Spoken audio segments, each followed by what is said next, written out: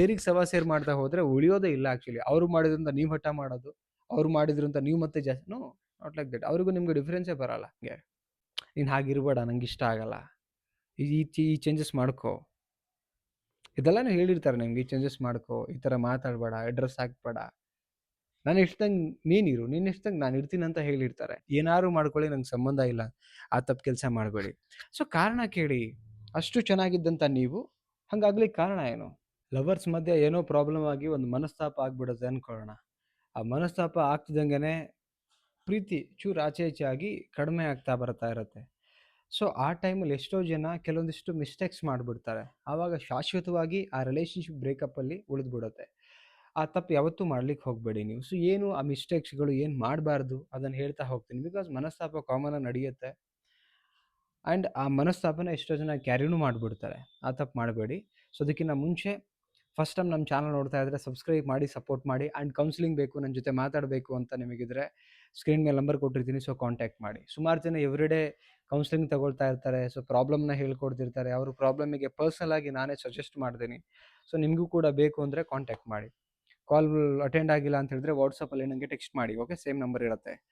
So first point ನೋಡೋಣ and ಕೊನೆ ತನಕ ನೋಡಿ. ಫಸ್ಟ್ ಪಾಯಿಂಟ್ ಏನಂತ ಹೇಳಿದ್ರೆ, ಪ್ರೀತಿ ನಿಮ್ಮ ಪಾರ್ಟ್ನರಿಂದ ಕಡಿಮೆ ಆಗ್ತಿದೆ ಅಂತ ಅನ್ನಿಸ್ದಾಗ ಮಾಡಬೇಕಾಗಿರೋ ಮೊದಲನೇ ಕೆಲಸ ಏನಂದರೆ, ಅವರನ್ನು ಅವ್ರ ಪಾಡಿಗೆ ಬಿಟ್ಬಿಡಬೇಡಿ. ಆ್ಯಕ್ಚುಲಿ ಎಷ್ಟೋ ಜನ ಬಿಟ್ಟುಬಿಡ್ತಾರೆ. ಏನಂದರೆ, ಪ್ರೀತಿ ಕಡಿಮೆ ಆಗ್ತಿದೆ ಅಂತ ಗೊತ್ತಾಗ್ತಿದ್ದಂಗೆ ಅವ್ರ ಪಾಡಿಗೆ ಅವ್ರನ್ನ ಬಿಟ್ಟುಬಿಡ್ತಾರೆ. ಏನಾದ್ರು ಮಾಡ್ಕೊಳ್ಳಿ, ನಂಗೆ ಸಂಬಂಧ ಇಲ್ಲ, ಆ ತಪ್ಪು ಕೆಲಸ ಮಾಡಬೇಡಿ. ಸೊ ಕಾರಣ ಕೇಳಿ. ಅಷ್ಟು ಚೆನ್ನಾಗಿದ್ದಂಥ ನೀವು ಹಂಗಾಗ್ಲಿಕ್ಕೆ ಕಾರಣ ಏನು? ಅದನ್ನು ಕೇಳಬೇಕಲ್ಲ. ನಿಮಗೆ ರೈಟ್ಸ್ ಇದೆ. ಯಾವ ಕಾರಣಕ್ಕೆ ಪ್ರೀತಿ ಕಮ್ಮಿ ಆಯಿತು, ಯಾವ ಕಾರಣಕ್ಕೆ, ಏನು ತಪ್ಪು ಮಾಡಿದೆ ನಾನು, ಅಥವಾ ಯಾರಿಂದ ತಪ್ಪಾಯಿತು, ಅಥವಾ ನೀವು ಇಷ್ಟು ಮನಸ್ಸು ಬೇಜಾರು ಮಾಡ್ಕೊಳ್ಳೋಕೆ ಏನು ಕಾರಣ? ನೀವು ಕೇಳುವಂಥ ರೀತಿಯೂ ತುಂಬ ಚೆನ್ನಾಗಿರಲಿ. ಆ್ಯಂಡ್ ಒಂದು ಕೂಲ್ ಆಗಿರ್ತಕ್ಕಂಥ ವಾತಾವರಣದಲ್ಲಿ ಕರೆಕ್ಟಾಗಿ ಕೇಳಿ. ಹೇಳ್ತಾರೆ ಅವರು, ಬಟ್ ನೀವು ಕೇಳುವಂಥ ರೀತಿ ತಪ್ಪಿರಬಾರ್ದು ಆ್ಯಕ್ಚುಲಿ. ಅದಕ್ಕೆ ಸೊ ಈ ಕೆಲಸ ಮೊದಲು ಮಾಡಿ. ಎಷ್ಟೋ ಜನ ಏನು ಮಾಡ್ತಾರೆ, ಅವ್ರ ಪಾಡಿಗೆ ಅವ್ರನ್ನ ಬಿಟ್ಬಿಡ್ತಾರೆ. ಬಿಟ್ಬಿಡೋಣ, ಆ ಕೆಲಸ ಮಾಡಬೇಡಿ. ಮನಸ್ತಾಪ ಬಂದಾಗ ಅಥವಾ ಪ್ರಾಬ್ಲಮ್ ಆದಾಗ, ಬೇಜಾರಾದಾಗ ಅದನ್ನು ಅಲ್ಲೇ ಸರಿ ಮಾಡಿ ಕೂರಿಸ್ಕೊಂಡ್ಬಿಟ್ಟು, it's very simple. Okay. And second ಪಾಯಿಂಟಿಗೆ ಹೋಗೋಣ. ಏನು ಅಂತ ಹೇಳಿದ್ರೆ, ನಿಮ್ಮಲ್ಲಿ ಆಗಬೇಕಾದ ಬದಲಾವಣೆಗಳನ್ನು ತಂದ್ಕೊಳ್ಳಿ. ಈಗ ಅವ್ರು ಹೇಳಿರ್ತಾರೆ ನಿಮಗೆ, ನೀನು ಹಾಗಿರ್ಬೇಡ, ನಂಗೆ ಇಷ್ಟ ಆಗಲ್ಲ, ಈ ಚೇಂಜಸ್ ಮಾಡ್ಕೋ, ಇದೆಲ್ಲನೂ ಹೇಳಿರ್ತಾರೆ ನಿಮ್ಗೆ. ಈ ಚೇಂಜಸ್ ಮಾಡ್ಕೋ, ಈ ಥರ ಮಾತಾಡಬೇಡ, ಅಡ್ರೆಸ್ ಹಾಕ್ಬೇಡ, ನಾನು ಇಷ್ಟದಂಗೆ ನೀನಿರು, ನೀನು ಇಷ್ಟದಂಗೆ ನಾನು ಇರ್ತೀನಿ ಅಂತ ಹೇಳಿರ್ತಾರೆ. ಬಟ್ ಆ ಬದಲಾವಣೆಗಳನ್ನು ಎಲ್ಲೋ ಒಂದು ಕಡೆಗೆ ನೀವು ಮಾಡ್ತಾ ಇರಲ್ಲ. ಗೊತ್ತಿಲ್ಲಂಗೆ ಕೆಲವೊಂದ್ಸಲ ಮರೆತು ಬಿಟ್ಟಿರ್ತೀವಿ. ಸೊ ಇದೆಲ್ಲ ಆಗ್ಬಿಡುತ್ತಲ್ವಾ, ಅದನ್ನು ನೀವು ರಿಕಾಲ್ ಮಾಡ್ಕೊಳ್ಳಿ. ಓ, ಅವ್ರ ಇಷ್ಟ ಏನು, ನಾನೇನು ತಪ್ಪು ಮಾಡಿದೆ ಅವ್ರ ವಿಚಾರದಲ್ಲಿ, ಏನು ಬದಲಾವಣೆ ಹೇಳಿದರು ನನಗೆ, ಇದನ್ನು ನೀವು ಮಾಡಿ. ಒಬ್ಬರು ಪ್ರೀತಿಗೋಸ್ಕರ ನೀವು ಬದಲಾವಣೆ ಮಾಡ್ಕೊಂಡಾಗ ನಿಮಗೋಸ್ಕರ ಅವರು ಬದಲಾವಣೆ ಮಾಡ್ಕೊಳ್ತಾರೆ. ಇದು ಸಹಜ.